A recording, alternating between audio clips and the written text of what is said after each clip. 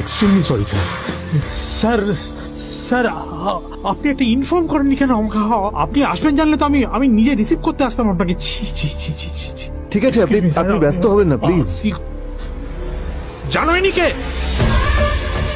নিজের বসকে এভাবে একজন ভিখারিকে হাতে পায়ে ধরতে দেখে গার্ডটিও অবাক হয়ে গেল। আরে sir sorry sir, extremely sorry, আপনি আমার সঙ্গে আসুন। সরি স্যার, সরি, ভুল হয়ে গেছে স্যার। সালাম স্যার। নীল কি তবে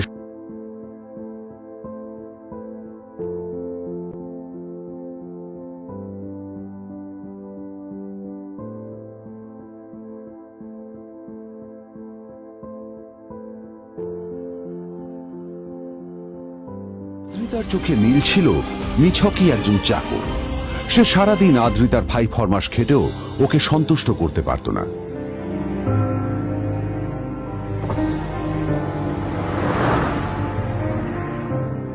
এত কিছুর পরেও কেন একজন ধনী বাবা তার মেয়েকে গরিব ছেলের সাথে বিয়ে দেন?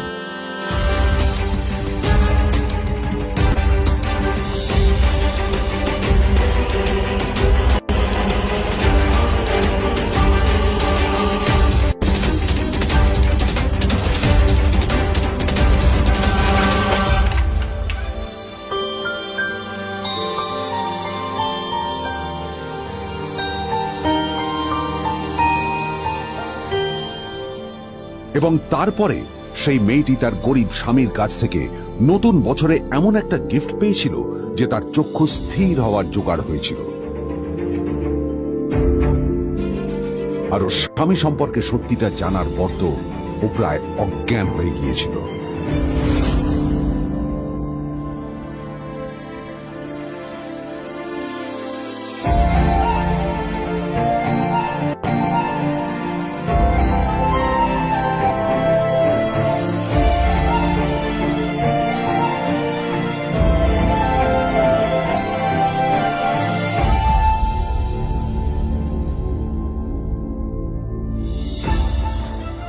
আমার বাবা সবচেয়ে বড় ভুল করেছে তোমার মতো একটা গরিব ছেলের সাথে আমার বিয়ে দিয়ে।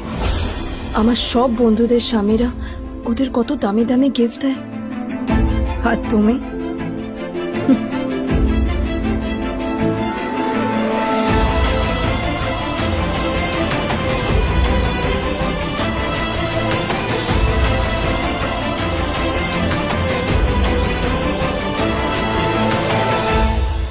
আদ্রিতা তার বাবার কথায় নীলকে বিয়ে তো করেছিল, কিন্তু ও শর্ত দিয়েছিল যেন বাড়ির বাইরের কেউ না জানতে পারে যে নীল ওর স্বামী।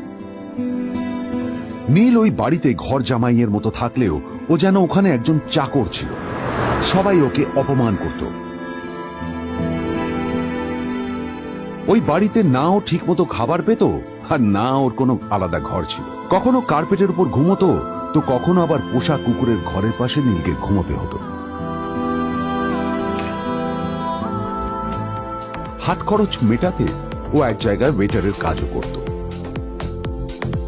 আদ্রিতা তার বন্ধুদের বলেছিল যে আদ্রিতা বিদেশে বিয়ে করেছে আর তার স্বামী লন্ডনের একজন খুব বড় বিজনেসম্যান। কিন্তু যখন আদ্রিতার বন্ধুরা ওকে ওদের স্বামীদের দেওয়া দামি দামি গিফটগুলো দেখাতো, তখন লজ্জায় ওর ভিতরটা পুড়ে ছাই হয়ে যেত।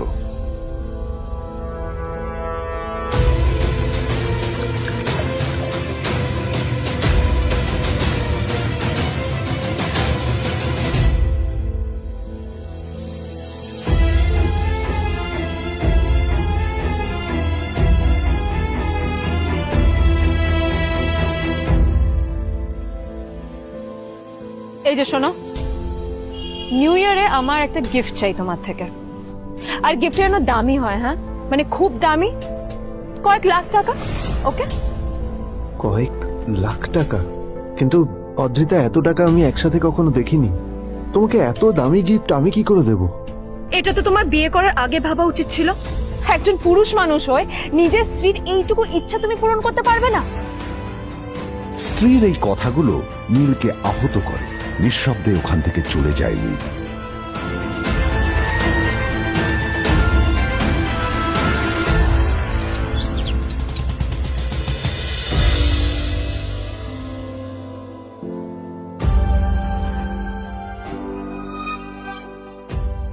দুদিন পর নিউ ইয়ার পার্টির আগে নীল আদ্রিতার কাছে এসে একটা গিফট প্যাক দেয়।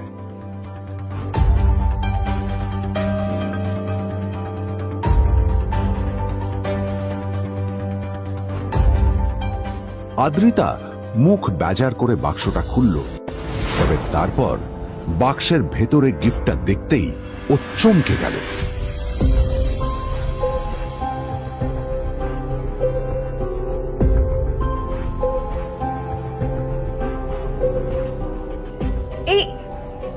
এই ফোনটা মানে এটা তো একটা স্পেশাল এডিশন, এটার দাম তো 3 কোটি টাকা। তুমি এটা পেলে কোথা থেকে? আসলে আসলে এটা অরিজিনাল নয়, আমি ওই ফোনটারই একটা কপি এনেছি।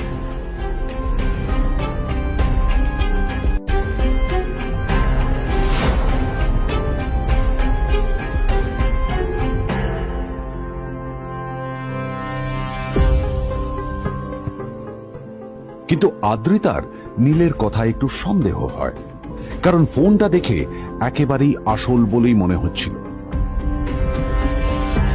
পরের দিনই আদ্রিতা ওই কোম্পানির শোরুমে গেল। এই ফোনটা একটু দেখুন না প্লিজ। ওয়াও, আচ্ছা ম্যাম, আপনি কি মিস্টার রয় চৌধুরীর বন্ধু? কে মিস্টার রয় চৌধুরী? ও আপনি কি ওই রয় চৌধুরী গ্রুপ অফ ইন্ডাস্ট্রিজ এর মালিকের কথা বলছেন? হ্যাঁ। না না, আমি ওনাকে চিনি না। আমি কেন, আমার মনে হয় কেউই ওনাকে চেনে না। বড় বড় মানুষেরাই ওনা দেখা পান না। আমিও কোনোদিন ওনাকে দেখিনি, কিন্তু সাডেনলি আপনি এই প্রশ্নটা করলেন কেন? অ্যাকচুয়ালি ম্যাম, আপনার হাতের এই ফোনটা আসলে এটা ফোনের স্পেশাল এডিশন। এই কাটিং, এই ডিজাইন, এই লোগো, এটা জাল করা ইজ নেক্সট টু ইম্পসিবল। আর গোটা ভারতে বিক্রি হওয়া এই ফোনের সেকেন্ড পিস এটা, যেটা মিস্টার রয় চৌধুরী কিনেছিলেন। সেতুরে জিজ্ঞেস করছি ম্যাম, আপনি এই ফোনটা কোথা থেকে পেলেন? তবে কি নীলে মিস্টার রয় চৌধুরী, নাকি নীল এই ফোনটা চুরি করেছে? বেকার নীলের কাছে কোটি টাকার ফোন কোথা থেকে এলো?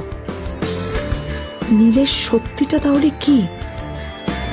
আর ও যদি সত্যি বড় লোক হয়ে থাকে, তবে ও নিজের শ্বশুর বাড়িতে খরচামাই হয়েই বা থাকে কেন? আদ্রিতা এসব কথাই মনে মনে ভাবছিল, তবে আদ্রিতার বিশ্বাস ছিল যে কোনো না কোনো মতলব করেই নীল এই ফোনটা আদ্রিতার জন্য নিয়ে এসেছিল। কিছুদিন পর আদ্রিতা সেই ফোনটার কথা ভুলে গেল। নীল সকাল সকাল ঘুরতে বেরিয়েছে বাইরে।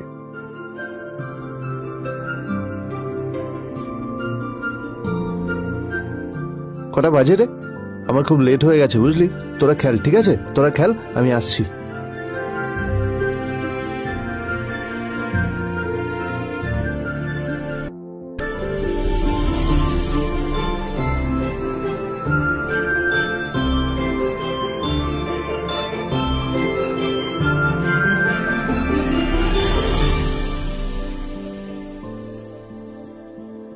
নীল, জল পড়ছে না কেন দেখো না। নীল, নীল, নীল কোথায় গেল? নীল,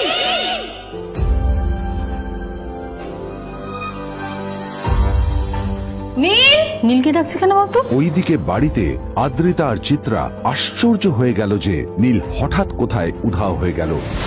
মা তোমাকে কিছু বলে গেছে নীল? হ্যাঁ, কোথায় গেছে ও? না, আমি ওর কোনো খোঁজ খবর রাখি না। আমার একটা কথা মনে হচ্ছে, ওকে না এবার একটু শীতে করতে হবে। একটা কাজে যদি আসতো ছেলেটা, যখনই কোনো কাজের কথা বলি ভ্যানিশ হয়ে যায়। আমি ওকে বলেছিলাম R&B গোল্ডেন ডায়মন্ড থেকে আমার সেটটা নিয়ে আসতে, আনেনি। আনেনি। আজকেও ভালো করে অফিসে নিয়ে যাবো, ভ্যানিশ হয়ে গেল। কোথায় গেল কে জানে।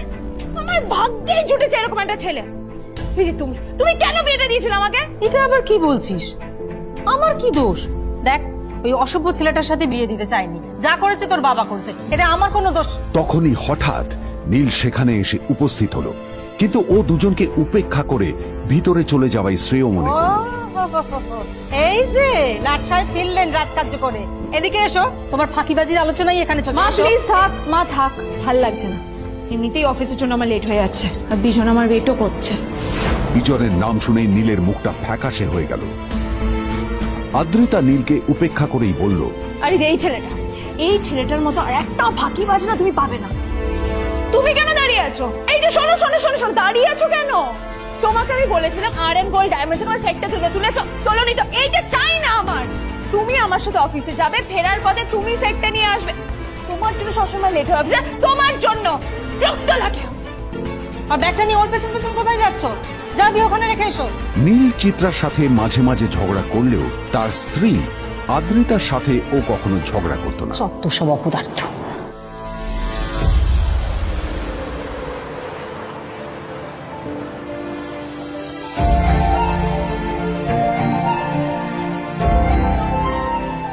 কিছুক্ষণের মধ্যেই তারা আদ্রিতার অফিসে পৌঁছে গেল। আদ্রিতা গাড়ি থেকে নামতে নামতে দেখলো যে তার কাছে অনেকগুলো ফাইল আছে। নীলের দিকে তাকিয়ে ওকেই ফাইলগুলো নিয়ে ভেতরে আসতে বলল। চলো, হাঁ করে দাঁড়িয়ে আছো কেন? ফাইলগুলো নিয়ে ভেতরে এসো।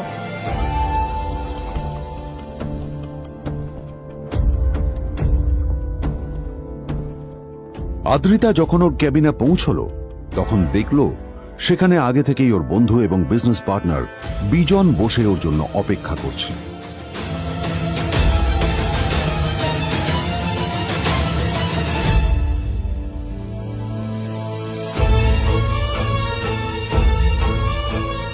কোথায় ছিলে বলো? আমি 1 ঘন্টা ধরে তোমার জন্য এখানে ওয়েট করছি। এই লোকটার কি কোনো কাজকর্ম নেই? 1 ঘন্টা ধরে বসে আমার স্ত্রী আদ্রিতার জন্য অপেক্ষা করছে। সরি বিজন, আমি খুবই দুঃখিত যে বাড়ির কিছু লোকের জন্য না আমার সবসময় লেট হয়ে যায়। আদ্রিতার কথা শোনার পর বিজনের 1 ঘন্টা অপেক্ষা করার অভিযোগ 1 মুহূর্তের মধ্যে মিলিয়ে গিয়েছিল। কি হলো, হাসছো কেন? লটারি পেলে নাকি? লটারি? হ্যাঁ, তুমি আসা মানে আমার কাছে লটারির থেকেও বেশি দাম। তবে তার থেকে কিঞ্চিত কম দামি একটা গিফট আমি তোমার জন্য এনেছি।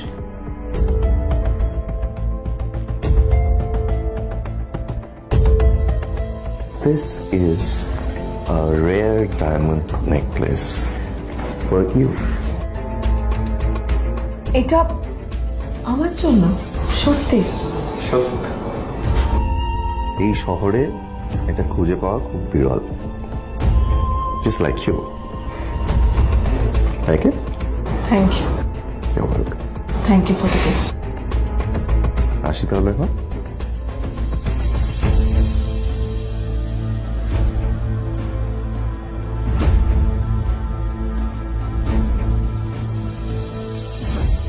আদ্রিতা, আমি আজ পর্যন্ত তোমাকে কোনো রকম উপদেশ দিইনি, কিন্তু আজ আমি তোমাকে বলতে বাধ্য হচ্ছি। এই যে এই লোকটা তোমাকে শুধুমাত্র ইমপ্রেস করার জন্য একটা নকল সস্তার হীরের গয়না দিয়ে গেছে। এরকম একটা লোকের সাথে তোমার মেশা উচিত না। ভবিষ্যতে কিন্তু তুমি বিপদে পড়বে। আদ্রিতা, আমি তোমাকে কথা দিচ্ছি, আমি তোমার জন্য আসল রেয়ার একটা হীরের গয়না এনে দেবো, এর চেয়েও দামি, এর চেয়ে অনেক অনেক বেশি দামি। তার জন্য আমাকে যাই করতে হোক না কেন, আমি তোমাকে একদিন ঠিক এনে দেবো, ঠিক এনে দেবো তোমাকে। তাদের বিয়ে হয়েছে 2.5 বছর। এর মধ্যে প্রথমবার তার মনে হলো নীল তার জন্য লড়াই করছে। নীলের এই রূপটা দেখে আদ্রিতা চমকে গেল। আজ প্রথমবারের মতো আদ্রিতার মনে প্রশ্ন এলো, নীলকে নিজের থেকে দূরে সরিয়ে রেখে আমি কি কোনো ভুল করছি? না না, এটা আমি কি ভাবছি? বিজন আমার বিজনেস পার্টনার, ও আমাদের মেইন ইনভেস্টর। নীলের এই অ্যাকশনের কারণে বিজন আমার কোম্পানি থেকে ব্যাক আউট করে গেলে কি হবে? না না না না না, নীলের জন্য আমি আমার এত বছরের পরিশ্রমকে জলে দিতে পারি না। আমার নীলকে নয়, আমার বিজনকে প্রয়োজন। এইসব ভাবতে ভাবতে আদ্রিতার নীলের ওপর রাগ হতে শুরু করে। আদ্রিতার রাগ তখন চরমে উঠে যায়। আজ প্রথমবার নীল আদ্রিতার সাথে খারাপ ব্যবহার করেছে। How dare you! তোমার এত বড় সাহস! হ্যাঁ, তোমাকে কে অধিকার দেয় বলো তো যে তুমি আমারই অফিসে দাঁড়িয়ে আমাকেই এতগুলো উল্টোপাল্টা কথা তুমি শোনালে? তোমাকে এখানে আনাই আমার ভুল হয়েছে। সবচেয়ে বড় ভুল হয়েছে। এবার চুপচাপ এখান থেকে বেরিয়ে যাও, right now. Get out. Neel আদ্রিতার এই কথার কোনো উত্তর দিল না। নীল জানতো যে ও যতই কথা বাড়াবে আদ্রিতা ততই বেশি রেগে যাবে। আদ্রিতা যেন তেন ভাবে নিজের রাগ চেপে ব্যাপারটা ওখানেই শেষ করার চেষ্টা করলো, কিন্তু ও তো জানতো না যে ব্যাপারটা তখন সবে শুরু হয়েছে। কি হলো, শুনতে পাচ্ছিস না? কালা নাকি? আমারই সামনে দাঁড়িয়ে আমার কেনা গিফট নিয়ে তুই মজা করলি? কত বড় সাহস রে তোর! নিজেকে তো বিক্রি করে দিলে ওরকম একটা ডায়মন্ড নেকলেস তুই কিনতে পারবি না। তোর এই গরিবের পারফিউম, সস্তা শার্ট, পায়ে একটা ফাটা চপ্পল নিয়ে নিজেকে বড় হিরো মনে করছিস? তোর নিজের কত দাম সেটা তোর নিজের জানা উচিত। Zero, big zero. সালা খরচা মাই। চল।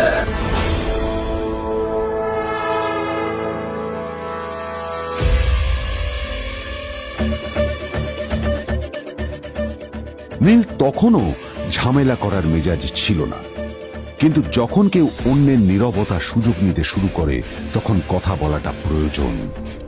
নীল আঙুল তুলে পেছনের দিকে ইশারা করে। প্রথম কথা, ওই যে ওখানে দাঁড়িয়ে আছে, ও আমার স্ত্রী।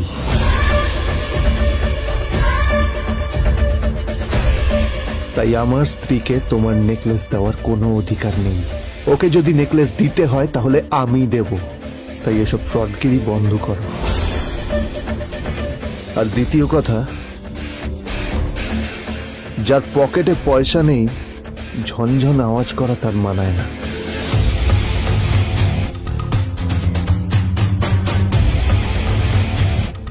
নীল বিজনকে তার সোয়াগ দেখিয়ে বেরিয়ে গেল।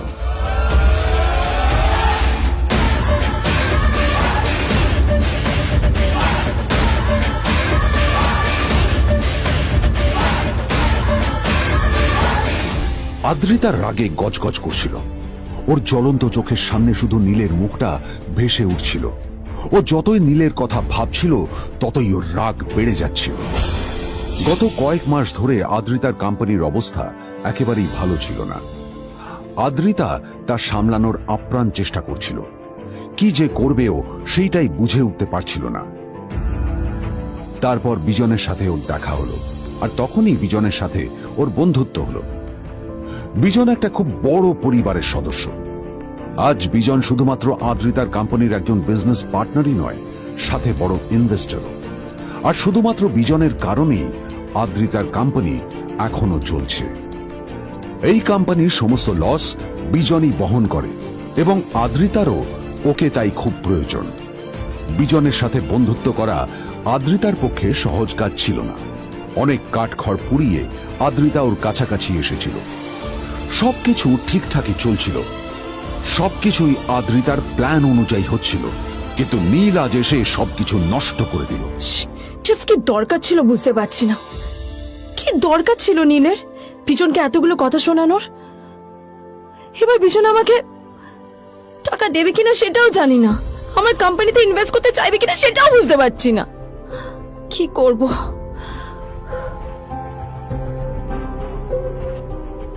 এখন আদ্রিতা ওকে কিভাবে বোঝাবে? ভুল করে যদি বিজন ওর টাকা ফেরত চায় তবে আদ্রিতার কোম্পানি সেন কর্পোরেশন খুব বড় সমস্যায় পড়ে যাবে। তারপর কি হবে? সেন পরিবারের দেখভাল কে করবে? এইসব ভাবতে ভাবতে আদ্রিতা নিজের উপরেও রেগে গেল। আসলে দোষটা ওর নিজেরই। আদ্রিতা কেন নীলকে ওদের মাঝে আনতে গেল? নীলকে অফিসে নিয়ে আসারই বা কি দরকার ছিল? আর যদি সে নীলকে সাথে করে না আনতো তাহলে বিজন এখন ওর সাথেই বসে থাকতো।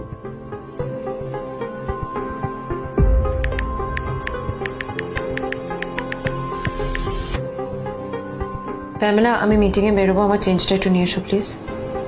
Thank you. আর অন্যদিকে সেন কর্পোরেশনের অফিস থেকে বেরিয়ে নীলের খুব ফুরফুরে লাগছিল। তখনই হঠাৎ ওর ফোনটা বেজে উঠল। ফোনটা ছিল মিস্টার রায় চৌধুরীর। তিনি ছিলেন শহরের সব থেকে বড় বিজনেসম্যান। হ্যাঁ মিস্টার রায়চৌধুরী, আমি আপনাকেই ফোন করতে যাচ্ছিলাম। আমি একজন বিশেষ লোক লোকের সাথে তোমার একটা মিটিং ফিক্স করেছি। ওর অ্যাড্রেস আমি তোমাকে টেক্সট করে দিয়েছি। আমি চাই তুমি ওই লোকটার সাথে মিট করো। ঠিক আছে, আমি যে কোনো কারোর সাথে দেখা করতে পারি, কিন্তু তার জন্য আপনাকে আমার দুটো শর্ত মানতে হবে। প্রথমটা, আমার জন্য একটা রেয়ার হীরের নেকলেস আপনাকে জোগাড় করে আনতে হবে। আর দ্বিতীয়টা, আমি আপনাকে টেক্সট করছি, এটাও কিন্তু একই রকম জরুরি। এই দুটো কাজ আপনাকে যত তাড়াতাড়ি সম্ভব করে ফেলতে হবে আমার জন্য, ঠিক আছে? তোমার অ্যাকাউন্টে কিছু টাকা পাঠিয়েছি, কিছু জামা কাপড় কেনো, যাতে তুমি ভদ্র সমাজে আসার যোগ্য হও, আর তোমাকে আমি স্বামীর পরিচয় দিতে লজ্জা না পাই। তোমার কারণে আমার পরিবার লজ্জা পাবে, আমি সেটা চাই না। যখনই দেখি তখনই তুমি ভিখিরির মতো ছেঁড়া ফাটা জামা কাপড় পরে থাকো। আসলে আদ্রিতার বাড়িতে আজ ফ্যামিলি ডিনার পার্টি ছিল, আর শেষবার নীলের জন্য ওকে অনেক ঝামেলা পোহাতে হয়েছিল। মেসেজ পড়ে নীল ফোনটা নিজের পকেটে রেখে রাস্তার ধারে গিয়ে একটা ট্যাক্সি থামানোর জন্য হাত বাড়িয়ে দিল। নীল ট্যাক্সি ধরে গোল্ডেন সিটি অ্যাভিনিউর দিকে বেরিয়ে পড়ল। গোল্ডেন সিটি অ্যাভিনিউ শুধু কলকাতারই নয়, এটা ছিল সারা পশ্চিমবঙ্গের সবচেয়ে বিলাসবহুল সোসাইটিগুলোর মধ্যে একটা। আসলে এই সেই জায়গা যেখানে মিস্টার রায়চৌধুরী আজ তার জন্য গোপন মিটিং ফিক্স করেছিলেন। কিন্তু নীল কার সাথে দেখা করতে যাচ্ছে এ সম্পর্কে ওর কোনো ধারণাই ছিল না। যখন নীল সেখানে পৌঁছল, ফুলভিলার বাগানে বসে থাকা লোকটিকে দেখে রাগে নীলের রক্ত ফুটতে শুরু করলো। নীল ওখানে না দাঁড়িয়ে বেরিয়ে গেল। তখনই হঠাৎ একটা মেসেজ এলো। আসলে আজ আদ্রিতার ফ্যামিলি গ্যাদারিং এ যাওয়ার আগে নীলকে ওর হাই স্কুলের রিইউনিয়নেও যেতে হতো। গ্র্যাজুয়েশনের পর এত বছরে এই প্রথম নীল তার কোন কলেজ বা স্কুলের রিইউনিয়নে যাচ্ছে। এতগুলো বছরে নীল তার কোনো বন্ধুর সাথেই দেখা করেনি। নীলের তার পুরনো সহপাঠীদের কথা মনে পড়তে লাগলো, যাদের সাথে ও স্কুলে মজা করত। আজ আবার ওদের সকলের সাথে নীলের দেখা হবে।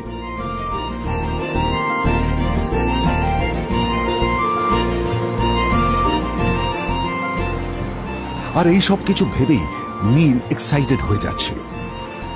আসলে সোহিনীকে নীল তার স্কুল টাইমে পছন্দ করত।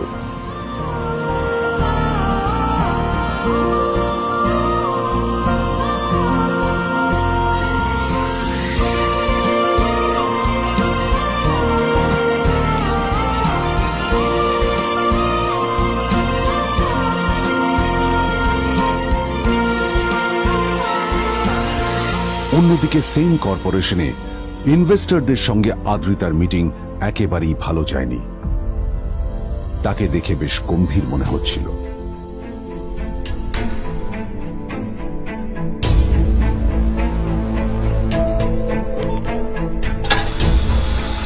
ভাই, পৃথিবীতে এমন লোকও আছে, কি দিমাগ দেখলি? হ্যাঁ, কাজকর্ম তো কিছু করার নেই, আর কিছু করেও না। হ্যাঁ, শুধু চলে এসছে আমাদের ম্যাডামকে রাগাতে। এই 1 বছরে না কিচ্ছু বদলায়নি। আরে আমি তো ভেবেছিলাম যে এর সাথে ম্যাডামের আর কোনো সম্পর্কই নেই, কিন্তু না, এখন যা দেখছি উল্টে ম্যাডামের মাথায় উঠে নাচছে। আমার মাঝে মাঝে মনে হয় এদের দুজনের বিয়ে কিভাবে হলো। আর বিয়ে তো অনেক পরের কথা, 2 বছর হয়ে গেল, এদের এখনো ডিভোর্স হলো না। হ্যাঁ, আমার তো ভাবলে কিরকম অবাক লাগছে। যা বলেছিস।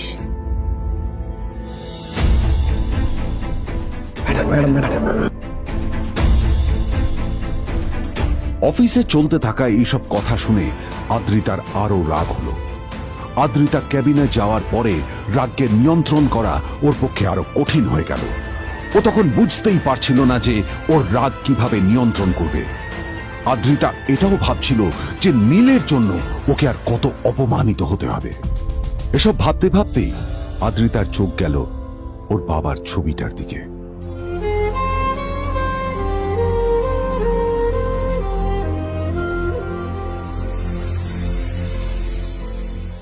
আমি তো তোমার সবচেয়ে প্রিয় মেয়ে ছিলাম বাবা, তাই আমি সবসময় ভেবেছি যে তুমি আমার জন্য যাকে সিলেক্ট করবে সে সব থেকে শ্রেষ্ঠ হবে। তাই আমি নিজে থেকে কখনো কোনো রিলেশনশিপে যাইনি, আর তোমার কাছে বিয়ের কোনো শর্তও রাখিনি। কিন্তু কিন্তু তুমি না আমার সাথে কি করলে?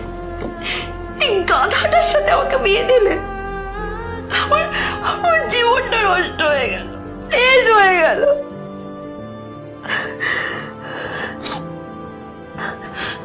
আমি যদি একটু জানতাম যে ও ও কিছু করে না, ঘর চাপাই হয়ে থাকবে, এইসব কাজকর্ম করে, তাহলে আমি কোনোদিনই বিয়েতে রাজি হতাম না বাবা, কোনোদিন না, কোনোদিন।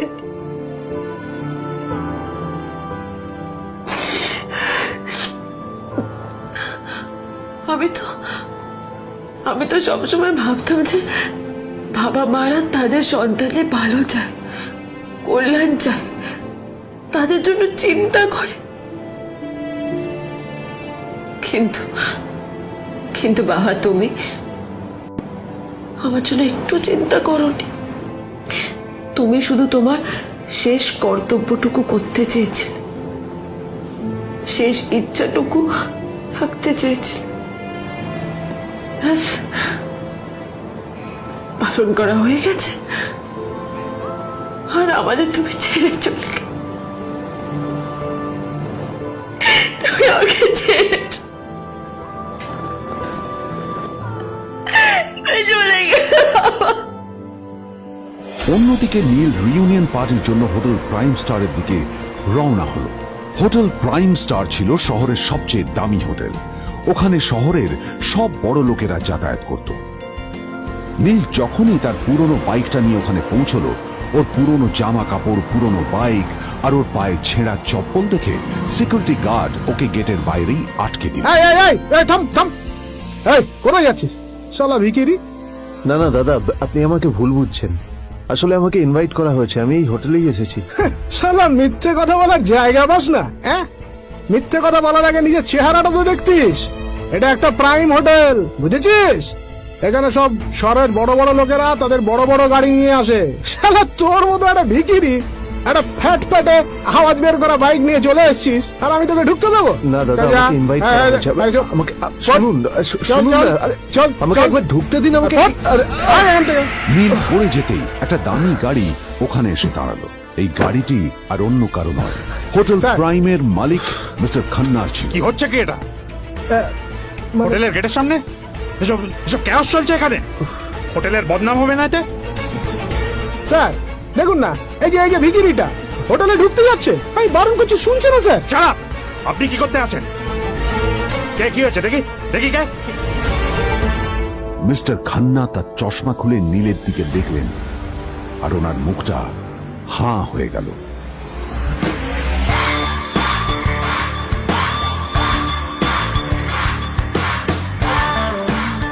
নীল স্যার, আপনি?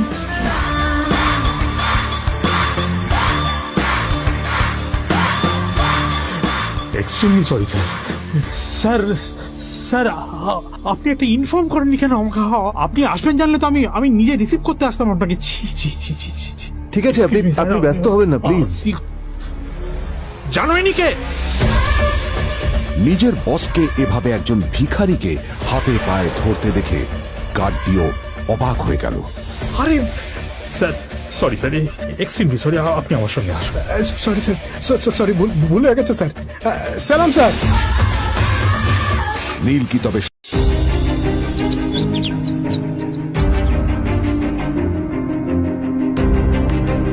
পর্ব 1, ঘর জামাই। শেষ পর্যন্ত কিনা একটা পেন। উফ, সত্যি জিজু, তুমি পারো বটে। অট্ট হাসিতে ফেটে পড়ল অর্পিতা। নীলের স্ত্রী আদ্রিতার কাকাতো বোন সে। অর্পিতার তালে তাল মিলিয়ে নীলের শাশুড়ি চিত্রাও বলে উঠল, এতগুলো লোক উপহার পাঠিয়েছে, কিন্তু তোমার মতো ভিখিরি মার্কা গিফট আর অন্য কেউ দেয়নি। নিজের স্ত্রীকে ভালোবেসে একটা উপহার দিলে যে এতগুলো কথা শুনতে হতে পারে, সেটা ঠিক ভাবতে পারেনি নীল। পরপর বাক্যবাণে জর্জরিত হয়ে নীল কিছু একটা বলতে যাচ্ছিল, কিন্তু নীলকে থামিয়ে ঝংকার দিয়ে উঠল আদ্রিতা, আমি তোমার আতলামি মার্কা কথা শুনতে চাই না। একটা ঠিকঠাক গিফট কিনে দেওয়ার মুরদ নেই, আবার বড় বড় কথা। লুজার একটা। আদ্রিতা সেন সম্প্রতি একটি বিদেশি কোম্পানির সাথে ডিল ক্র্যাক করেছে। সেই সূত্রেই বাড়িতে আজ উপহারের বন্যা বইছে। এমন সময় একটা বড় বাক্স হাতে এগিয়ে এলো বাড়ির একজন কাজের লোক। দিদিমণি, এই উপহারটা বিজন দাদাবাবু পাঠিয়েছেন। বিজনের নামটা শুনেই আদ্রিতার যেমন মুখে হাসি ফুটে উঠল, তেমনি নীলের চোখে ফুটে উঠল রাগ। আদ্রিতার ইনভেস্টর কাম ফ্রেন্ড বিজনকে দু চোখে দেখতে পারে না নীল। আদ্রিতা খুশি মনে বাক্সটা খুলতেই দেখতে পেল একটা লাল পার্টি গাউন, সঙ্গে একটা ছোট্ট চিরকুট। কনগ্রাচুলেশনস আদ্রিতা, আজ সন্ধ্যায় এটা পরেই তুমি ডিল সাইন করবে, তারপর আমার সাথে ডিনারে যাবে। এই সবকিছুই বিজন করছে শুধুমাত্র তোমার সুযোগ নেওয়ার জন্য। ও ভালো লোক নয়। আদ্রিতাকে সাবধান করে বলে উঠল নীল, কিন্তু ওর সাবধানতার ফল হলো উল্টো। তেলে বেগুনে জ্বলে উঠল সবাই। নিজের পকেট গড়ের মাঠ, এদিকে অন্যের গিফট দেখে হিংসেতে জ্বলে যাচ্ছে। ব্যঙ্গ করে বলল চিত্রা। হঠাৎ নীলকে চ্যালেঞ্জ ছুড়ে দিল আদ্রিতা। ঠিক আছে, আমি তোমাকে একটা সুযোগ দিচ্ছি। এই ড্রেসটার দাম 50,000 টাকা। আজ সন্ধ্যে 7টার আগে এমন একটা ড্রেস কিনে দাও, আমি তোমার ড্রেস পরে ডিল সাইন করব। বিজনের সঙ্গে ডিনারেও যাব না। পারবে? এইবার আর চুপ করে থাকতে পারল না নীল। নিজের দাম্পত্যকে বাঁচাতে সে মরিয়া হয়ে বলে উঠল, পারবো। শুধু দোহাই তোমাকে, ওই বিজনের সঙ্গে ডিনারে যেও না।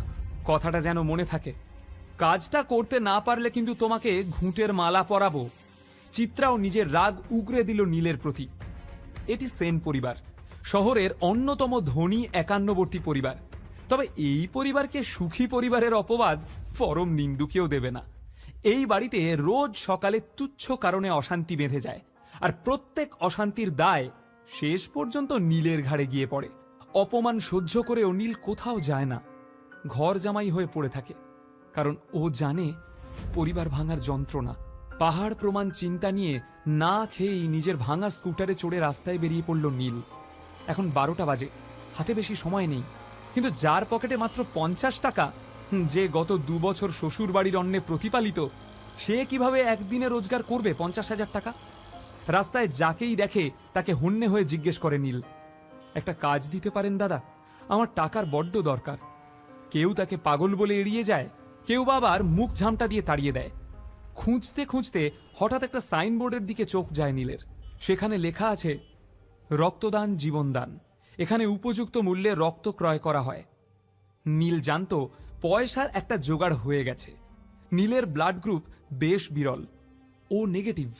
বাজারে এর চাহিদা প্রবল। নিজের রক্ত বিক্রি করে ওর ভালোবাসার জন্য উপহার কিনবে নীল। নিজের প্রেমকে প্রমাণ করতে চায় সে। এদিকে সাইনবোর্ডের ঠিকানায় পৌঁছতেই ডাক্তাররা লুফে নিল তাকে। ডাক্তারদের জোর জবরদস্তি করে পুরো 2 বোতল রক্ত দেওয়ার পর নীল পেয়ে গেল 30,000 টাকা।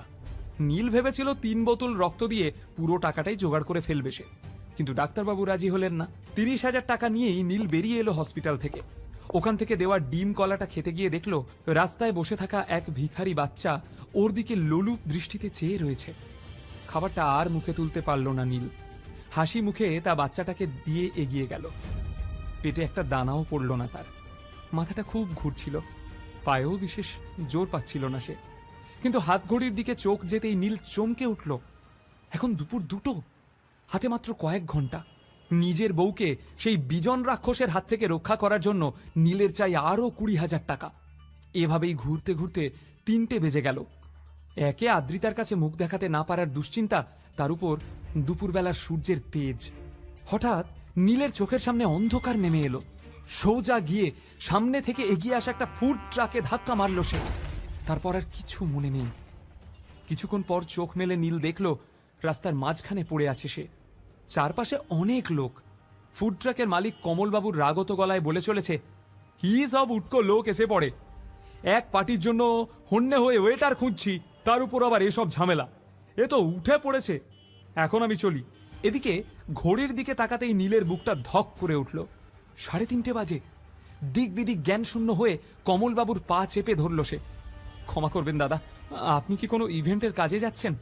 আমাকে ওয়েটারের কাজটা দিন না, খুব দরকার দাদা। 20,000 টাকা জোগাড় করতে হবে। নীলকে এমন কাকুতি মিনতি করতে দেখে লোকটা অবাক। মাথা ফেটে রক্ত পড়ছে, আর এ কিনা তার মধ্যেই কাজ চাইছে। কমলবাবু পা ছাড়িয়ে বলল, বেশ বেশ, একটা কিটি পার্টি আছে, সেখানে লোকেদের খাবার দেওয়া, বাসন মাজা, টেবিল পরিষ্কার করা, এই সব পারবেন আপনি? তবে অত দিতে পারবো না, 15,000 দেব, চলবে? এ তো মেঘ না চাইতেই জল। প্রস্তাবটা লুফে নিল নীল। টলমলো পায়ে উঠে দাঁড়ালো সে। লেক গার্ডেন্সের একটা বিলাসবহুল বাগান বাড়িতে আজ সব বড় লোকের বউদের কিটি পার্টি চলছিল। সেখানে পৌঁছে নীল তড়িঘড়ি নিজের নোংরা জামাকাপড় ছেড়ে ওয়েটারের কস্টিউমটা পরে নিল। জায়গাটা ডেকোরেট করে খাবার পরিবেশন করতে যাবে এমন সময় নীল দেখল আদ্রিতার মা চিত্রা এবং কাকাতো বোন অর্পিতাও এসেছে সেখানে। ওদের দেখে প্রমাদ গুনল নীল। এরা দুজন নীলকে দেখতে পেলে আর রক্ষে নেই, হয়তো এমন ঝামেলা করবে যে কমলবাবু ওকে টাকাটাই দেবে না। পাথরের মূর্তির মতো দাঁড়িয়ে কি করবে ভাবছিল নীল। তখন কমলবাবু পেছন থেকে তাড়া লাগালো। সঙ্গের মতো দাঁড়িয়ে আছো কেন? খাবার সার্ভ করো। কাঁপা কাঁপা পায়ে পা বাড়াতেই কমলবাবু বলে উঠল, আরে মাস্ক ছাড়ে যাচ্ছ কেন? এসব বড় লোকেরা ভীষণ হেলথ কনসিয়াস হয়। কমলবাবুর বকুনিতে যেন আশার আলো দেখতে পেল নীল। মাস্ক পরে চুপচাপ সবাইকে খাবার সার্ভ করে বেরিয়ে এলো সে। তারপর মদের পেগ বানিয়ে লোকের এঁটো কাটা তুলে টেবিল মুছে বাসন মেজে সবটা প্রায় সামলে নিল নীল। কিছু টাকা টিপস পেয়ে সাথে কমলবাবুর দেওয়া টাকা যোগ করে 20,000 টাকা জোগাড় করে নিল সে। মনের আনন্দে লাফিয়ে উঠল নীল। ভাবল, আদ্রিতা, আজ আমি প্রমাণ করে দেব যে সত্যি আমি তোমাকে কতটা ভালোবাসি। সাউথ কলকাতার 5খানা বুটিক ঘুরে সব থেকে দামি ডিজাইনার বুটিকে একটি সুন্দর নীল রঙের ড্রেস পছন্দ করলো নীল। যেন মনে মনে দেখতে পেল আদ্রিতাকে, কি অপরূপা সুন্দরী লাগছে তাকে। কিন্তু বিল মেটাতে গিয়ে 440 ভোল্টের ঝটকা খেল নীল। এ কি, এ তো মাত্র 20,000 টাকা, বাকি 30,000 টাকা গেল কোথায়? বিদ্যুৎ চমকের মতো নীলের মনে পড়ল সে নিজের জামা কাপড় ছেড়ে ওয়েটারের পোশাক পরেছিল। সারা পার্টিতে ওই 30,000 টাকাটা ওভাবেই রাখা ছিল ওর ছেড়ে রাখা প্যান্টের পকেটে। কেউ হয়তো সুযোগ বুঝে চুরি করে নিয়েছে। মাথায় বাজ পড়ল নীলের। প্রায় 6টা বাজে, 7টায় বেরোবে আদ্রিতা। দাঁত খিচিয়ে সেই বুটিকের ম্যানেজার বলল, কি হলো, পেমেন্টটা তো করুন, ড্রেস নিয়ে দাঁড়িয়ে আছেন। চোখে জল এসে গেল নীলের। ম্যানেজারকে অনুরোধ করলো সে, দাদা, আমি পুরো টাকাটাই নিয়ে এসেছিলাম, কোনোভাবে 30,000 টাকা চুরি হয়ে গেছে, আমায় ড্রেসটা দিন, আমি বাকি 30,000 টাকা দিয়ে দেব, কথা দিচ্ছি। ম্যানেজার বলে উঠল, যে অবস্থায় দোকানে এসেছিলে দেখেই বুঝেছিলাম কেনার ক্ষমতা নেই। এই কে আছিস, ঘাড় ধাক্কা দিয়ে বের করে দে এটাকে। সারাদিন অক্লান্ত পরিশ্রম করেও ভাগ্যের কাছে হেরে সেন বাড়িতে ফিরল নীল। বাড়িতে পা রাখতেই চিত্রা ঘুঁটের মালাটা পরিয়ে দিল নীলকে। চমকে উঠল নীল। জানতাম হারবে, তাই প্রথমেই ঘুঁটের মালাটা পরিয়ে দিলাম, অকর্মা কোথাকার। ব্যঙ্গ করে বলে উঠল চিত্রা। কিন্তু কোনো কথার উত্তর দেওয়ার মতো অবস্থায় ছিল না নীল। সিঁড়ির দিকে তাকিয়ে ও পাথরের মতো দাঁড়িয়েছিল। কেননা বিজনের দেওয়া ড্রেসটা পরে নেমে আসছিল আদ্রিতা। অপূর্ব মোহময়ী দেখাচ্ছিল তাকে, যেন স্বর্গের কোনো অপ্সরা। অর্পিতা এবং চিত্রাকে বাই বলে বেরিয়ে গেল আদ্রিতা। নীলকে কিছু বলারও সুযোগ দিল না, যেন ও জানতই যে নীল পারবে না। মনের দুঃখ মনেই চেপে রেখে নিজের ঘরে ফিরে এলো সে। ড্রেসিং টেবিলে রাখা আদ্রিতার বাবা প্রতীক সেনের ফটো ফ্রেমটা তুলে নিয়ে প্রশ্ন করল নীল, এ আমাকে কোথায় ফাঁসিয়ে গেলেন গুরুদেব? আপনার কথায় আপনার মেয়েকে বিয়ে করে এই বাড়িতে থাকতে রাজি হয়েছিলাম। ঈশ্বর জানেন, এর পিছনে আমার কোনো অসৎ উদ্দেশ্য ছিল না। আমি জানি না আমাদের এই সম্পর্কের ভবিষ্যৎ কি। শুধু এইটুকু জানি, আদ্রিতাকে আমি ভীষণ ভালোবেসে ফেলেছি।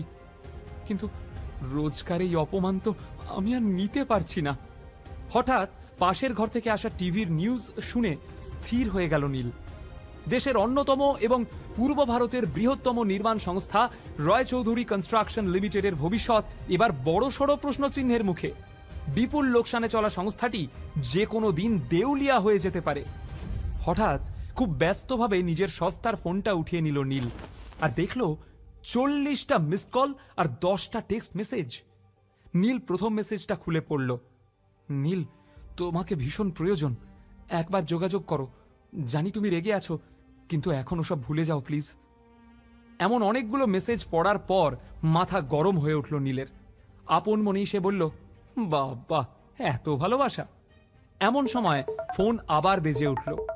নীল ফোনটা রিসিভ করতেই ওপার থেকে এক বৃদ্ধের কণ্ঠস্বর ভেসে এলো। হ্যালো নীল। নীল ভীষণ ঠান্ডাভাবে উত্তর দিল, বলুন মিস্টার শশাঙ্ক রায়চৌধুরী। এমন কঠোর সম্ভাষণ আশা করেননি শশাঙ্ক রায়চৌধুরী। কোনো রকমে নিজেকে সামলে নিয়ে বললেন, কেমন আছিস দাদু ভাই? তোকে বড় মিস করি। নীল বিদ্রুপ করে বলল, এতগুলো বছর লেগে গেল আমায় মিস করতে? বৃদ্ধ বোধহয় এইসব শোনার জন্য প্রস্তুত হয়েই ছিলেন। বেশ দুর্বলভাবে বলে উঠলেন, জানি বাবা, তুই রেগে আছিস। যে অন্যায় আমরা তোর সাথে করেছি তাতে তোর রাগ হওয়াটাই স্বাভাবিক। নীলের থেকে কোনো উত্তর না পেয়ে শশাঙ্কবাবু বলে চললেন, কিন্তু বিশ্বাস কর, এতগুলো বছরে একটা দিনও তোর কথা না ভেবে আমি কাটাতে পারিনি। নীল বিদ্রুপের সুরে বলল, খবরে শুনলাম রয় চৌধুরী গ্রুপ অফ ইন্ডাস্ট্রিজ ডুবতে চলেছে, তাই আমায় মনে পড়ল তো। শশাঙ্কবাবু এড়িয়ে গিয়ে বেশ দুর্বল গলায় বললেন, তোর কি ধারণা আমি এতদিন পরে বিজনেস ম্যাটার ডিসকাস করতে তোকে ফোন করেছি? না রে পাগল, আমি তো শুধু তোর গলাটা একবার শুনবো বলে।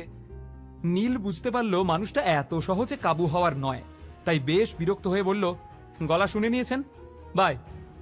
না না, নীলের ফোন রাখার আগেই চিৎকার করে উঠলেন শশাঙ্কবাবু, ফোন রাখিস না দাদু ভাই।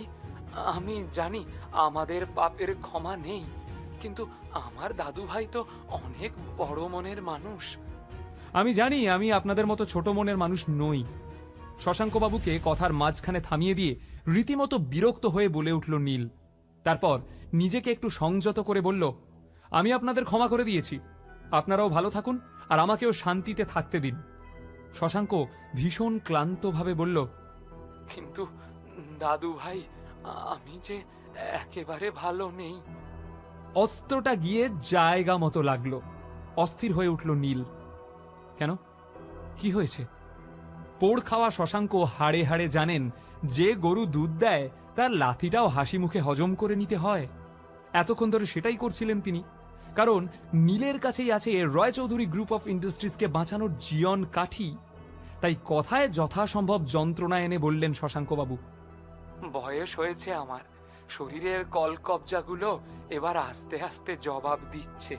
কখন আছি কখন নেই ভীষণ দেখতে ইচ্ছা করে তোকে।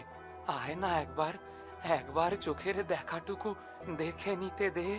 নীল জানে এই হঠাৎ উপচে পড়া স্নেহের কারণ শুধুই ভালোবাসা নয়, কিন্তু উদ্দেশ্যটা কি সামনাসামনি না বসে সেটা বোঝা সম্ভব না।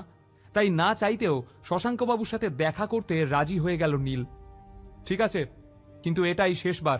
তবে আমি বাড়িতে আসছি না, অফিসেই আপনার সঙ্গে দেখা করে নেব, বাই। আর কোনো কথা না বলেই ফোন কেটে দিল সে। নীল বোকা নয়, ও জানে রয় চৌধুরী গ্রুপ অফ ইন্ডাস্ট্রিজ ডুবতে বসার খবর মার্কেটে রটে যাওয়ার পরেই হঠাৎ শশাঙ্ক রায়চৌধুরী ওকে মিস করা শুরু করেছেন। এর মানে আর যাই হোক, স্নেহ ভালোবাসা হতে পারে না, কিন্তু স্বার্থটা কি? তখনই নিজের ল্যাপটপ বের করে ইন্টারনেটে রয় চৌধুরী গ্রুপ অফ ইন্ডাস্ট্রিজ সম্পর্কে যাবতীয় তথ্য সার্চ করে নিল নীল। কোম্পানির একটা গোপন তথ্য হাতে পেয়ে আনন্দে লাফিয়ে উঠল সে। চিৎকার করে বলল, এতদিনে তোদের বাগে পেয়েছি, দেখ কি করি এবার। কিন্তু প্রশ্ন হলো, সত্যি কি রয় চৌধুরী গ্রুপ অফ ইন্ডাস্ট্রিজ ডুবতে চলেছে? এতগুলো বছর পরে হঠাৎ শশাঙ্ক রায়চৌধুরী এত মরিয়া হয়ে নীলের খোঁজ শুরু করলো কেন? নীলকে তার এত কিসের প্রয়োজন? কি এমন আছে নীলের কাছে যা দিয়ে রায়চৌধুরীর কপাল আবার খুলে যেতে পারে? আদ্রিতার ভালোবাসা কবে পাবে নীল? কবেই বা ও হয়ে উঠবে এই দুনিয়ার বস?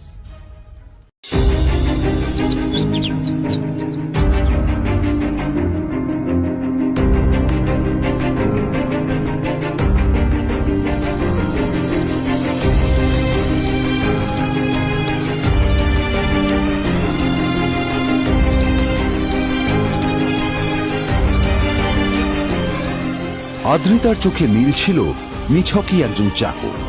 সে সারাদিন আদ্রিতার ফাই ফরমাস খেটেও ওকে সন্তুষ্ট করতে পারত না।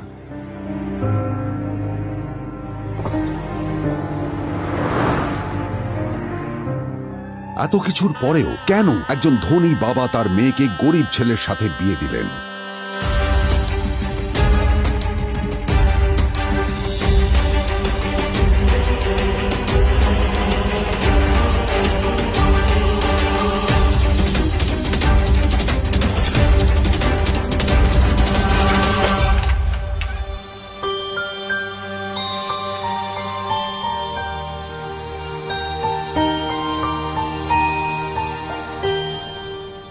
এবং তারপরে সেই মেয়েটি তার গরিব স্বামীর কাছ থেকে নতুন বছরে এমন একটা গিফট পেয়েছিল যে তার চক্ষু স্থির হওয়ার জোগাড় হয়েছিল। আর ওর স্বামী সম্পর্কে সত্যিটা জানার পর তো ও প্রায় অজ্ঞান হয়ে গিয়েছিল।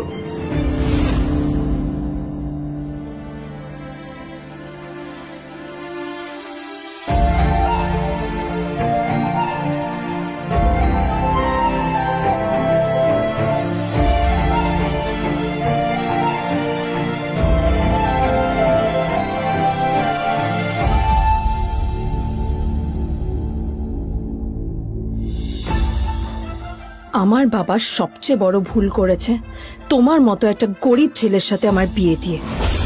আমার সব বন্ধুদের স্বামীরা ওদের কত দামি দামি গিফট দেয়, আর তুমি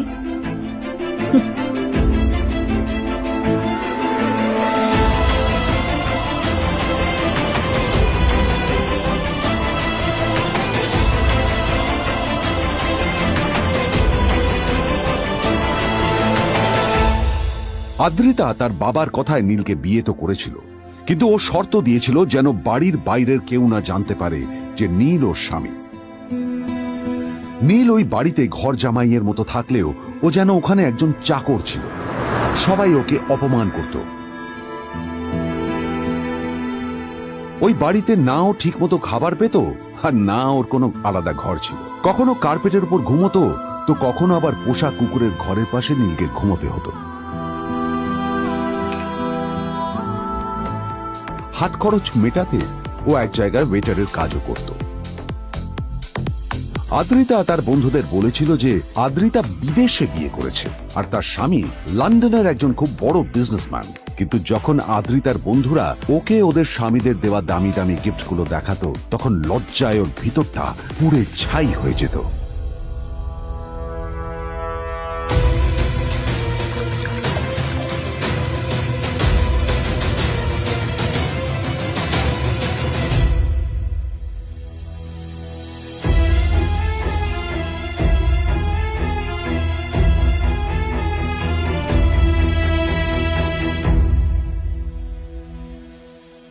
এই যে শোনো, নিউ ইয়ারে আমার একটা গিফট চাই তোমার থেকে।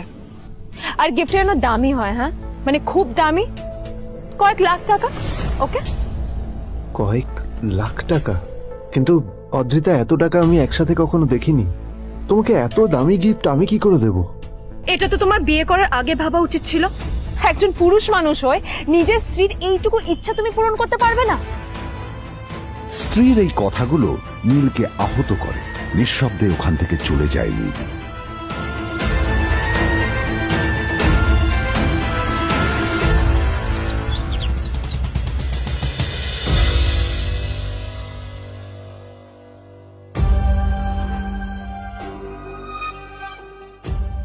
দুদিন পর নিউ ইয়ার পার্টির আগে নীল আদ্রিতার কাছে এসে একটা গিফট ব্যাগ দেয়।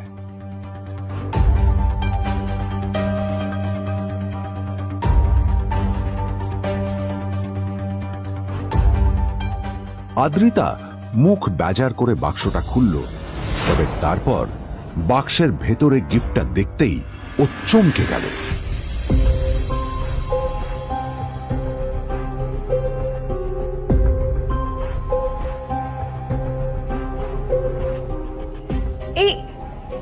এই ফোনটা মানে এটা তো একটা স্পেশাল এডিশন। এটার দাম তো 3 কোটি টাকা। তুমি এটা পেলে কোথা থেকে? আসলে এটা অরিজিনাল নয়। আমি ওই ফোনটারই একটা কপি এনেছি।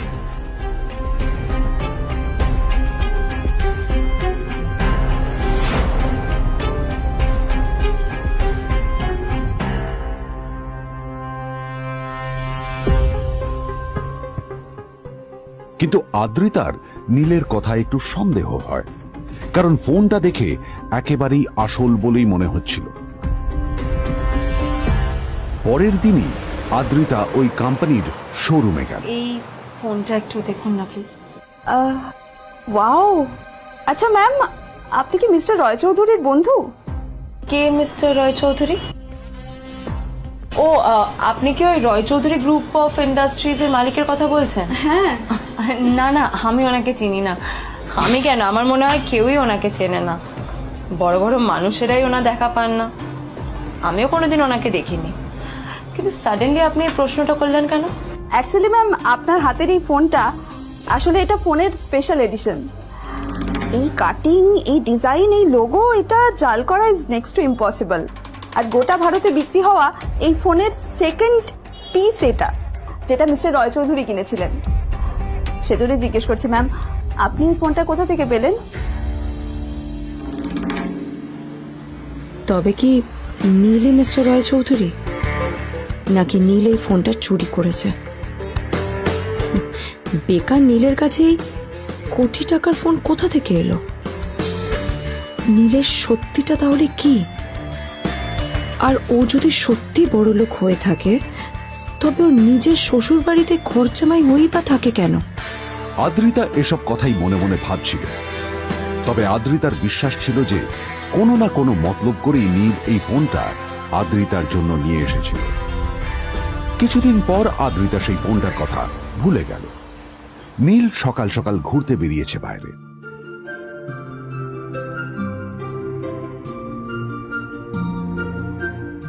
কটা বাজে রে?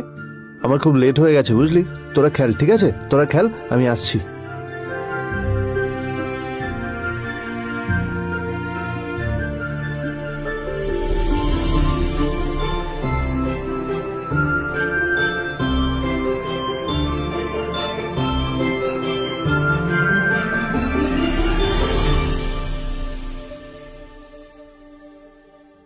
নীল, জল পড়ছে না কেন দেখো না।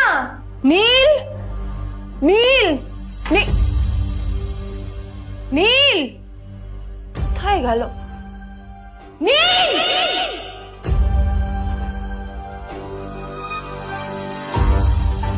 নীল, নীলকে ডাকছে কেন বলতো? ওইদিকে বাড়িতে আদ্রিতা আর চিত্রা আশ্চর্য হয়ে গেল যে নীল হঠাৎ কোথায় উধাও হয়ে গেল। মা তোমাকে কিছু বলে গেছে নীল? হ্যাঁ, কোথায় গেছে ও? না, আমি ওর কোনো খোঁজ খবর রাখি না। এবার একটা কথা মনে হচ্ছে, ওকে না এবার একটু শীতে করতে হবে। একটা কাজে যদি আসতো ছেলেটা, যখনই কোনো কাজের কথা বলি ভ্যানিশ হয়ে যায়। আমি ওকে বলেছিলাম R&B গোল্ডেন ডায়মন্ড থেকে আমার সেটটা নিয়ে আসতে, আনেনি। আজকেও ভালো করে অফিসে নিয়ে যাব, ভ্যানিশ হয়ে গেল। কোথায় গেল কে জানে। আমার ভাগ্যেই জুটেছে এরকম একটা ছেলে। এই যে তুমি কেন বিয়েটা দিয়েছিলে আমাকে? এটা আবার কি বলছিস? আমার কি দোষ? দেখ, ওই অসভ্য ছেলেটার সাথে বিয়ে দিতে চাইনি। যা করেছে তোর বাবা করেছে, এটা আমার কোনো দোষ। তখনই হঠাৎ নীল সেখানে এসে উপস্থিত হলো, কিন্তু ও দুজনকে উপেক্ষা করে ভিতরে চলে যাওয়াই শ্রেয় মনে করল। এই যে লাট সাহেব ফিরলেন রাজকার্য করে। এদিকে এসো, তোমার ফাঁকিবাজির আলোচনাই এখানে চলছে। মা প্লিজ থাক, মা থাক, ভাল লাগছে না। এমনিতেই অফিসের জন্য আমার লেট হয়ে যাচ্ছে, আর বিজন আমার ওয়েটও করছে।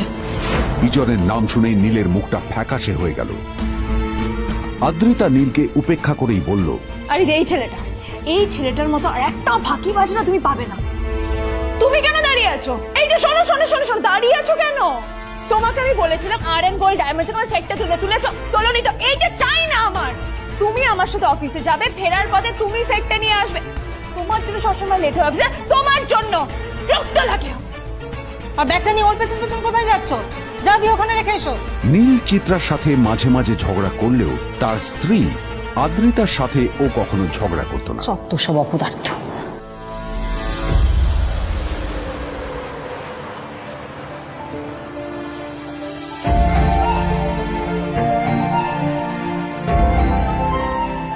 কিছুক্ষণের মধ্যেই তারা আদ্রিতার অফিসে পৌঁছে গেল। আদ্রিতা গাড়ি থেকে নামতে নামতে দেখলো যে তার কাছে অনেকগুলো ফাইল আছে। নীলের দিকে তাকিয়ে ওকেই ফাইলগুলো নিয়ে ভেতরে আসতে বলল। চলো, হা করে দাঁড়িয়ে আছো কেন? ফাইলগুলো নিয়ে ভেতরে এসো।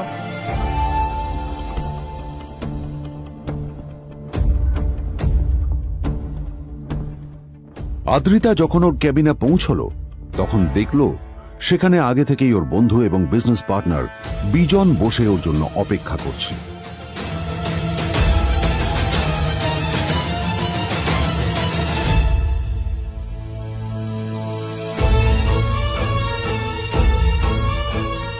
কোথায় ছিলে বলো? আমি 1 ঘন্টা ধরে তোমার জন্য এখানে ওয়েট করছি। এই লোকটার কি কোনো কাজকর্ম নেই? 1 ঘন্টা ধরে বসে আমার স্ত্রী আদ্রিতার জন্য অপেক্ষা করছে। সরি বিজন, আমি খুবই দুঃখিত যে বাড়ির কিছু লোকের জন্য না আমার সবসময় লেট হয়ে যায়। আদ্রিতার কথা শোনার পর বিজনের 1 ঘন্টা অপেক্ষা করার অভিযোগ 1 মুহূর্তের মধ্যে মিলিয়ে গিয়েছিল। কি হলো, হাসছো কেন? লটারি পেলে নাকি? লটারি? হ্যাঁ, তুমি আসা মানে আমার কাছে লটারির থেকেও বেশি দাম। তবে তার থেকে কিঞ্চিত কম দামি একটা গিফট আমি তোমার জন্য এনেছি।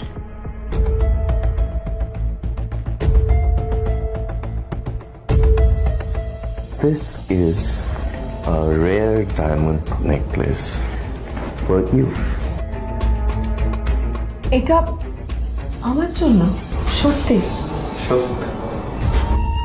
এই শহরে এটা খুঁজে পাওয়া খুব বিরল। Just like you. Like it? Thank you. You're welcome. Thank you for the gift. আসি তাহলে এখন।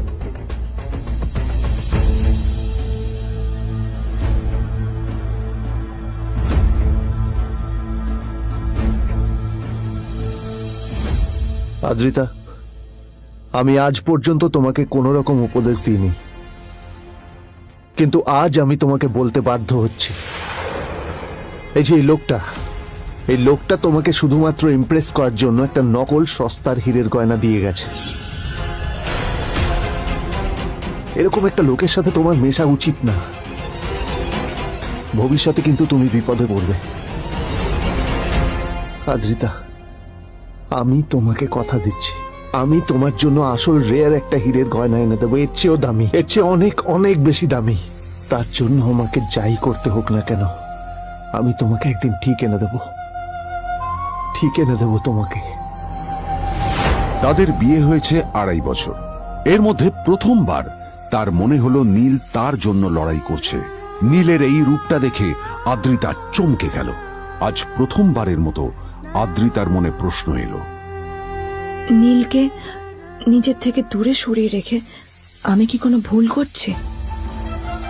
না না, এটা আমি কি ভাবছি? বিজন আমার বিজনেস পার্টনার, ও আমাদের মেইন ইনভেস্টর। নীলের এই অ্যাকশনের কারণে বিজন আমার কোম্পানি থেকে ব্যাক আউট করে গেলে কি হবে? না না না না না, নীলের জন্য আমি আমার এত বছরের পরিশ্রমকে জলে দিতে পারি না। আমার নীলকে নয়, আমার বিজনকে প্রয়োজন। এইসব ভাবতে ভাবতে আদ্রিতার নীলের ওপর রাগ হতে শুরু করে। আদ্রিতার রাগ তখন চরমে উঠে যায়। আজ প্রথমবার নীল আদ্রিতার সাথে খারাপ ব্যবহার করেছে। How dare you! তোমার এত বড় সাহস! হ্যাঁ, তোমাকে কে অধিকার দেয় বলো তো যে তুমি আমারই অফিসে দাঁড়িয়ে আমাকেই এতগুলো উল্টোপাল্টা কথা তুমি শোনালে? তোমাকে এখানে আনাই আমার ভুল হয়েছে, সবচেয়ে বড় ভুল হয়েছে।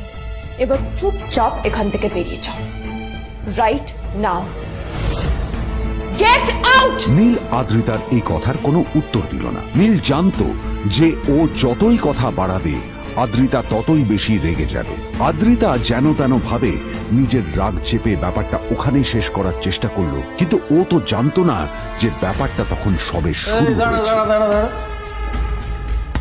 কি হলো, শুনতে পাচ্ছিস না? কালা নাকি? আমারই সামনে দাঁড়িয়ে আমার কেনা গিফট নিয়ে তুই মজা করলি? কত বড় সাহস রে তোর! নিজেকে তো বিক্রি করে দিলে ওরকম একটা ডায়মন্ড নেকলেস তুই কিনতে পারবি না। তোর এই গরিবের পারফিউম, সস্তা শার্ট, পায়ে একটা ফাটা চপ্পল নিয়ে নিজেকে বড় হিরো মনে করছিস? তোর নিজের কত দাম সেটা তোর নিজের জানা উচিত। Zero, big zero. সালা খরচা মাই চল।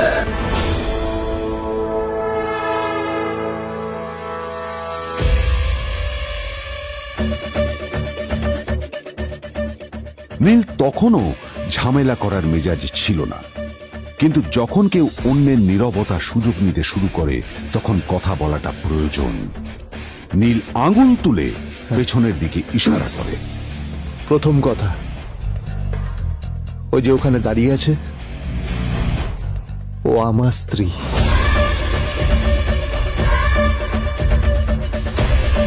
তাই আমার স্ত্রীকে তোমার নেকলেস দেওয়ার কোনো অধিকার নেই। ওকে যদি নেকলেস দিতে হয় তাহলে আমি দেব। তাই এসব ফ্রডগিরি বন্ধ করো। আর দ্বিতীয় কথা, যার পকেটে পয়সা নেই ঝনঝন আওয়াজ করা তার মানায় না।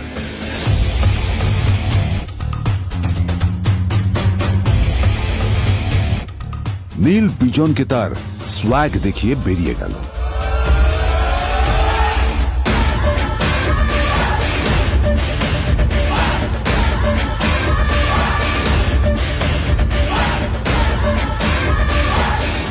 আদ্রিতার রাগে গজগজ করছিল। ওর জ্বলন্ত চোখের সামনে শুধু নীলের মুখটা ভেসে উঠছিল। ও যতই নীলের কথা ভাবছিল ততই ওর রাগ বেড়ে যাচ্ছিল। গত কয়েক মাস ধরে আদ্রিতার কোম্পানির অবস্থা একেবারেই ভালো ছিল না। আদ্রিতা তা সামলানোর আপ্রাণ চেষ্টা করছিল। কি যে করবেও সেইটাই বুঝে উঠতে পারছিল না। তারপর বিজনের সাথে ওর দেখা হলো, আর তখনই বিজনের সাথে ওর বন্ধুত্ব হলো। বিজন একটা খুব বড় পরিবারের সদস্য। আজ বিজন শুধুমাত্র আদ্রিতার কোম্পানির একজন বিজনেস পার্টনারই নয়, সাথে বড় ইনভেস্টরও। আর শুধুমাত্র বিজনের কারণেই আদ্রিতার কোম্পানি এখনো চলছে। এই কোম্পানির সমস্ত লস বিজনই বহন করে এবং আদ্রিতারও ওকে তাই খুব প্রয়োজন। বিজনের সাথে বন্ধুত্ব করা আদ্রিতার পক্ষে সহজ কাজ ছিল না। অনেক কাঠখড় পুড়িয়ে আদ্রিতা ওর কাছাকাছি এসেছিল। সবকিছু ঠিকঠাকই চলছিল, সবকিছুই আদ্রিতার প্ল্যান অনুযায়ী হচ্ছিল, কিন্তু নীল আজ এসে সবকিছু নষ্ট করে দিল। জাস্ট কি দরকার ছিল বুঝতে পারছি না। কি দরকার ছিল নীলের বিজনকে এতগুলো কথা শোনানোর? এবার বিজন আমাকে টাকা দেবে কিনা সেটাও জানি না, আমার কোম্পানিতে ইনভেস্ট করতে চাইবে কিনা সেটাও বুঝতে পারছি না। কি করব?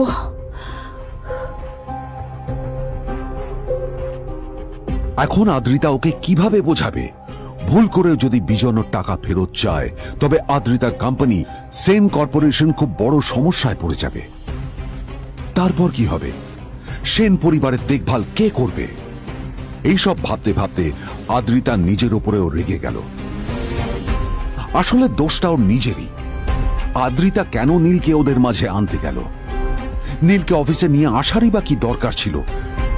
আর যদি সে নীলকে সাথে করে না আনতো তাহলে বিজন এখন ওর সাথেই বসে থাকতো।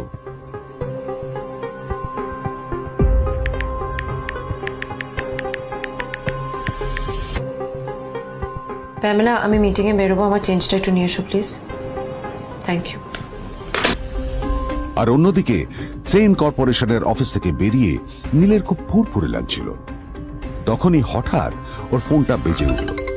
ফোনটা ছিল মিস্টার রায় চৌধুরীর। তিনি ছিলেন শহরের সব থেকে বড় বিজনেসম্যান।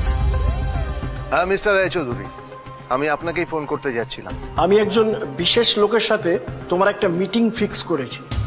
ওর অ্যাড্রেস আমি তোমাকে টেক্সট করে দিয়েছি। আমি চাই তুমি ওই লোকটার সাথে মিট করো। ঠিক আছে, আমি যে কোনো কারোর সাথে দেখা করতে পারি, কিন্তু তার জন্য আপনাকে আমার দুটো শর্ত মানতে হবে। প্রথমটা, আমার জন্য একটা রেয়ার হীরের নেকলেস আপনাকে জোগাড় করে আনতে হবে। আর দ্বিতীয়টা, আমি আপনাকে টেক্সট করছি, এটাও কিন্তু একই রকম জরুরি। এই দুটো কাজ আপনাকে যত তাড়াতাড়ি সম্ভব করে ফেলতে হবে আমার জন্য, ঠিক আছে? তোমার অ্যাকাউন্টে কিছু টাকা পাঠিয়েছি, কিছু জামা কাপড় কেন, যাতে তুমি ভদ্র সমাজে আসার যোগ্য হও আর তোমাকে আমি স্বামীর পরিচয় দিতে লজ্জা না পাই। তোমার কারণে আমার পরিবার লজ্জা পাবে, আমি সেটা চাই না। যখনই দেখি তখনই তুমি ভিখিরির মতো ছেঁড়া ফাটা জামা কাপড় পরে থাকো। আসলে আদ্রিতার বাড়িতে আজ ফ্যামিলি ডিনার পার্টি ছিল, আর শেষবার নীলের জন্য ওকে অনেক ঝামেলা পোহাতে হয়েছিল। মেসেজ পড়ে নীল ফোনটা নিজের পকেটে রেখে রাস্তার ধারে গিয়ে একটা ট্যাক্সি থামানোর জন্য হাত বাড়িয়ে দিল। নীল ট্যাক্সি ধরে গোল্ডেন সিটি অ্যাভিনিউর দিকে বেরিয়ে পড়ল। গোল্ডেন সিটি অ্যাভিনিউ শুধু কলকাতারই নয়, এটা ছিল সারা পশ্চিমবঙ্গের সবচেয়ে বিলাসবহুল সোসাইটিগুলোর মধ্যে একটা। আসলে এই সেই জায়গা যেখানে মিস্টার রায়চৌধুরী আজ তার জন্য গোপন মিটিং ফিক্স করেছিলেন। কিন্তু নীল কার সাথে দেখা করতে যাচ্ছে এ সম্পর্কে ওর কোনো ধারণাই ছিল না। যখন নীল সেখানে পৌঁছলো, পুল ভিলার বাগানে বসে থাকা লোকটিকে দেখে রাগে নীলের রক্ত ফুটতে শুরু করলো। নীল ওখানে না দাঁড়িয়ে বেরিয়ে গেল। তখনই হঠাৎ একটা মেসেজ এলো। আসলে আজ আদ্রিতার ফ্যামিলি গ্যাদারিং এ যাওয়ার আগে নীলকে ওর হাই স্কুলের রিইউনিয়নেও যেতে হতো। গ্র্যাজুয়েশনের পর এত বছরে এই প্রথম নীল তার কোন কলেজ বা স্কুলের রিইউনিয়নে যাচ্ছে। এতগুলো বছরে নীল তার কোনো বন্ধুর সাথেই দেখা করেনি। নীলের তার পুরনো সহপাঠীদের কথা মনে পড়তে লাগলো, যাদের সাথে ও স্কুলে মজা করত। আজ আবার ওদের সকলের সাথে নীলের দেখা হবে।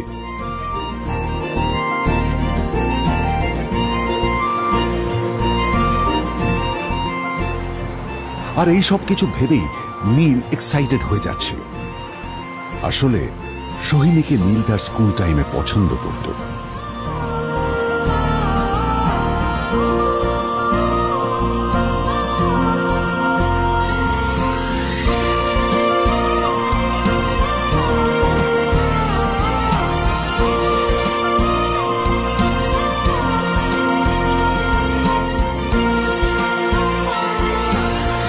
অন্যদিকে সেম কর্পোরেশনে ইনভেস্টরদের সঙ্গে আদ্রিতার মিটিং একেবারেই ভালো যায়নি। তাকে দেখে বেশ গম্ভীর মনে হচ্ছিল।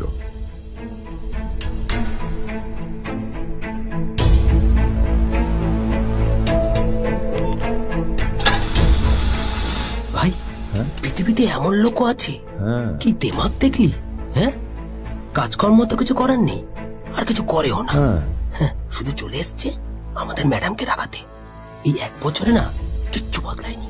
আরে আমি তো ভেবেছিলাম যে এর সাথে ম্যাডামের আর কোনো সম্পর্কই নেই, কিন্তু না, এখন যা দেখছি উল্টে ম্যাডামের মাথায় উঠে নাচছে। আমার মাঝে মাঝে মনে হয় এদের দুজনের বিয়ে কিভাবে হলো। আর বিয়ে তো অনেক পরের কথা, 2 বছর হয়ে গেল এদের এখনো ডিভোর্স হলো না। হ্যাঁ, আমার তো ভাবলে কিরকম অবাক যা লাগছে। বলেছিস।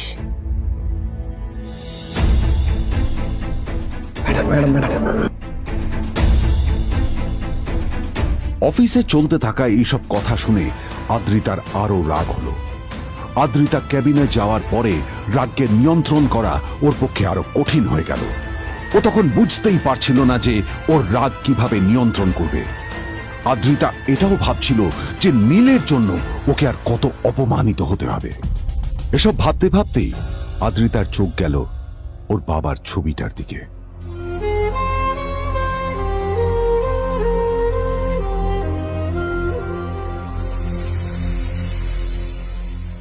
আমি তো তোমার সবচেয়ে প্রিয় মেয়ে ছিলাম বাবা। তাই তাই আমি সবসময় ভেবেছি যে তুমি আমার জন্য যাকে সিলেক্ট করবে সে সব থেকে শ্রেষ্ঠ হবে। তাই আমি নিজে থেকে কখনো কোনো রিলেশনশিপে যাইনি, আর তোমার কাছে বিয়ের কোনো শর্তও রাখিনি। কিন্তু কিন্তু তুমি না আমার সাথে কি করলে? এই গাধাটার সাথে আমাকে বিয়ে দিলে। আমার জীবনটা নষ্ট হয়ে গেল, শেষ হয়ে গেল।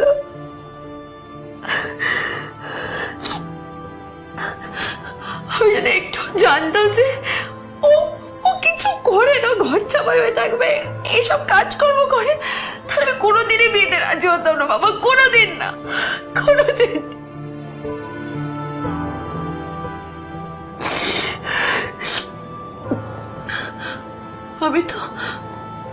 আমি তো সবসময় ভাবতাম যে বাবা মারা তাদের সন্তানের ভালো চায়, কল্যাণ চায়, তাদের জন্য চিন্তা করে। কিন্তু বাবা, তুমি আমার জন্য একটু চিন্তা করোনি।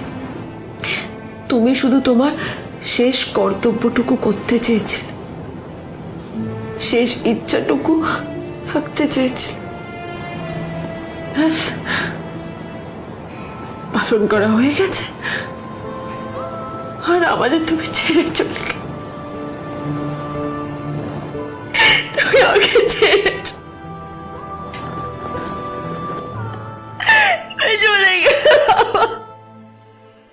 অন্যদিকে নীল রিউনিয়ন পার্টির জন্য হোটেল প্রাইম স্টারের দিকে রওনা হলো। হোটেল প্রাইম স্টার ছিল শহরের সবচেয়ে দামি হোটেল। ওখানে শহরের সব বড় লোকেরা যাতায়াত করত। নীল যখনই তার পুরনো বাইকটা নিয়ে ওখানে পৌঁছলো, ওর পুরনো জামা কাপড়, পুরনো বাইক আর ওর পায়ে ছেঁড়া চপ্পল দেখে সিকিউরিটি গার্ড ওকে গেটের বাইরেই আটকে দিল। এই এই এই এই থাম থাম, এই কোথায় যাচ্ছিস শালা ভিখিরি? না না দাদা, আপনি আমাকে ভুল বুঝছেন। আসলে আমাকে ইনভাইট করা হয়েছে, আমি এই হোটেলেই এসেছি। শালা মিথ্যে কথা বলার জায়গা পাস না, হ্যাঁ? মিথ্যে কথা বলার আগে নিজের চেহারাটা তো দেখতিস। এটা একটা প্রাইম হোটেল, বুঝেছিস? এখানে সব শহরের বড় বড় লোকেরা তাদের বড় বড় গাড়ি নিয়ে আসে। শালা তোর মতো একটা ভিখিরি একটা ফ্যাট প্যাটে আওয়াজ বের করা বাইক নিয়ে চলে এসেছিস, আর আমি তোকে ঢুকতে দেবো না দাদা, আমাকে ইনভাইট করা হয়েছে। আমাকে শুনুন, শুনুন না, আরে চল আমাকে একবার ঢুকতে দিন আমাকে। নীল পড়ে যেতেই একটা দামি গাড়ি ওখানে এসে দাঁড়ালো। এই গাড়িটি আর অন্য কারো নয়, হোটেল প্রাইমের মালিক মিস্টার খান্নার ছিল। কি হচ্ছে কি এটা? হোটেলের গেটের সামনে এসব এসব ক্যাশ চলছে এখানে। হোটেলের বদনাম হবে না এতে? স্যার দেখুন না, এই যে ভিখিরিটা হোটেলে ঢুকতে যাচ্ছে, আমি বারণ করছি, শুনছে না স্যার? Shut up! আপনি কি করতে আছেন? কে কি হয়েছে দেখি দেখি কে? মিস্টার খান্না তার চশমা খুলে নীলের দিকে দেখলেন, আর ওনার মুখটা হাঁ হয়ে গেল।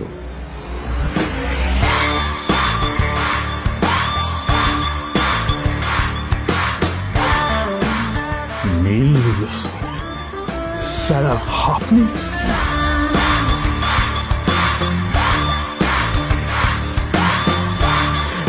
Extremely sorry sir. Sir sir, আপনি একটা ইনফর্ম করেননি কেন আমাকে? আপনি আসবেন জানলে তো আমি নিজে রিসিভ করতে আসতাম আপনাকে। ছি ছি ছি ছি ছি ছি। ঠিক আছে, আপনি ব্যস্ত হবেন না প্লিজ। জানোইনি কে? নিজের বসকে এভাবে একজন ভিখারিকে হাতে পায়ে ধরতে দেখে গার্ডটিও অবাক হয়ে গেল। আরে sir, sorry sir, extremely sorry. আপনি আমার সঙ্গে আসুন। সরি স্যার, সরি, ভুল হয়ে গেছে স্যার। সালাম স্যার। নীল কি তবে সত্যিই একজন খুব বড়লোক কেউ? জানতে পকেট এফএম এর এই সম্পূর্ণ গল্পটি শুনুন বস, দুনিয়া যার বসে, যেটা ভারতীয়রা সবচেয়ে বেশি শুনছে। বিনামূল্যে গল্প শুনতে নিচের ইনস্টল বাটনে ক্লিক করুন এবং পকেট এফএম ডাউনলোড করুন।